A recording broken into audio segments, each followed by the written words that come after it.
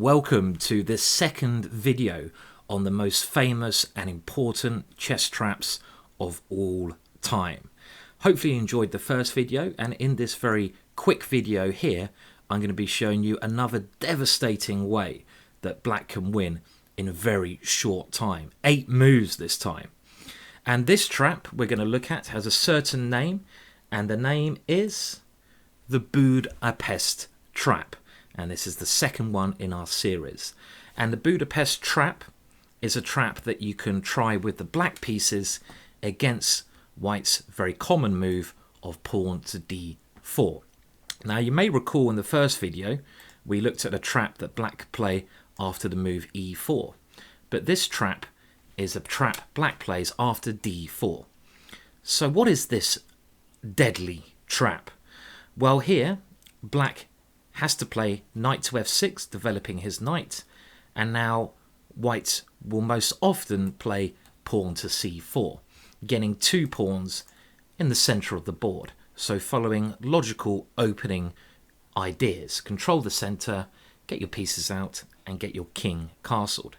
Now the Budapest Gambit is a very exciting way to play, and that is where black plays e5 very quickly and very early on. So going for a gambit line, attacking right from the start of the game. So extremely aggressive play. Now the only way to refute a gambit is by accepting the gambit.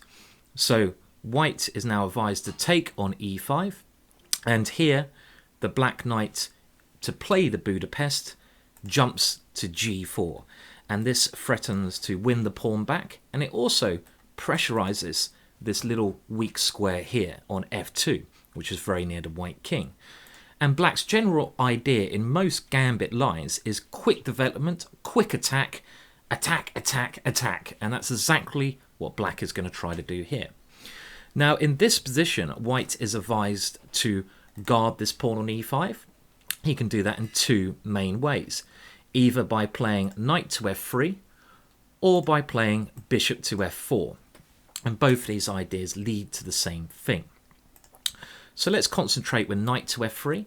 And now we are developing quickly, so we need to play knight to c6, bringing a piece into the game and putting more pressure on this little pawn on e5. Here, white is advised to guard that pawn again, so he develops the piece and brings his bishop out. And you might be able to see now that if we go back a couple of moves, so after this black knight jumps into g4, we could also get this variation with the moves bishop to f4 first, and now knight to c6 and knight to f3. So there are 2 ways to get this opening. And here, when you're gambiting, like I said before, quick development is key. So we throw our bishop into the mix and give a check straight away. So we're putting the white king in check and we're developing a piece. Now here, white has to get out of check, so he needs to block this bishop's route to the king. And the most sensible way of doing this is by getting his undeveloped piece out and putting it in front of the queen. Now, he could also go knight to c3, but then black has opportunities at some point to take on c3 and double the white pawns. So our trap only works against the move knight to d2, but this is very likely to occur. And here we want to put more pressure on this pawn again. So the main move is queen to e7. And now black has 1, 2, 3 pieces attacking this pawn, and white only has 2 defending. So it looks like that pawn is a goner. And here a very common move again is white playing pawn to a3, attacking this bishop on this square here. But this is where our crafty trap comes into play. So rather than moving our bishop, we now go for this sneaky Budapest trap. Knight takes e5. What is this? White might be thinking, can't I just take that bishop and win 3 points? Here is our trap. Pawn takes bishop, and after pawn takes bishop, now the white king has to face checkmate in 1 move. Can you see how? Knight to d3, checkmate. That's a real shocking move for white to face. A lovely checkmate. The white pawn cannot take the knight because this pawn highlighted is pinned to the white king by the black queen. So it is impossible in this position for white to do anything. The king is in check. You can't take the knight because you'll be moving into check, and that is impossible in chess. You can never move into check. And the white king has nowhere else to move, so already that is the end of the game. Very crafty checkmate.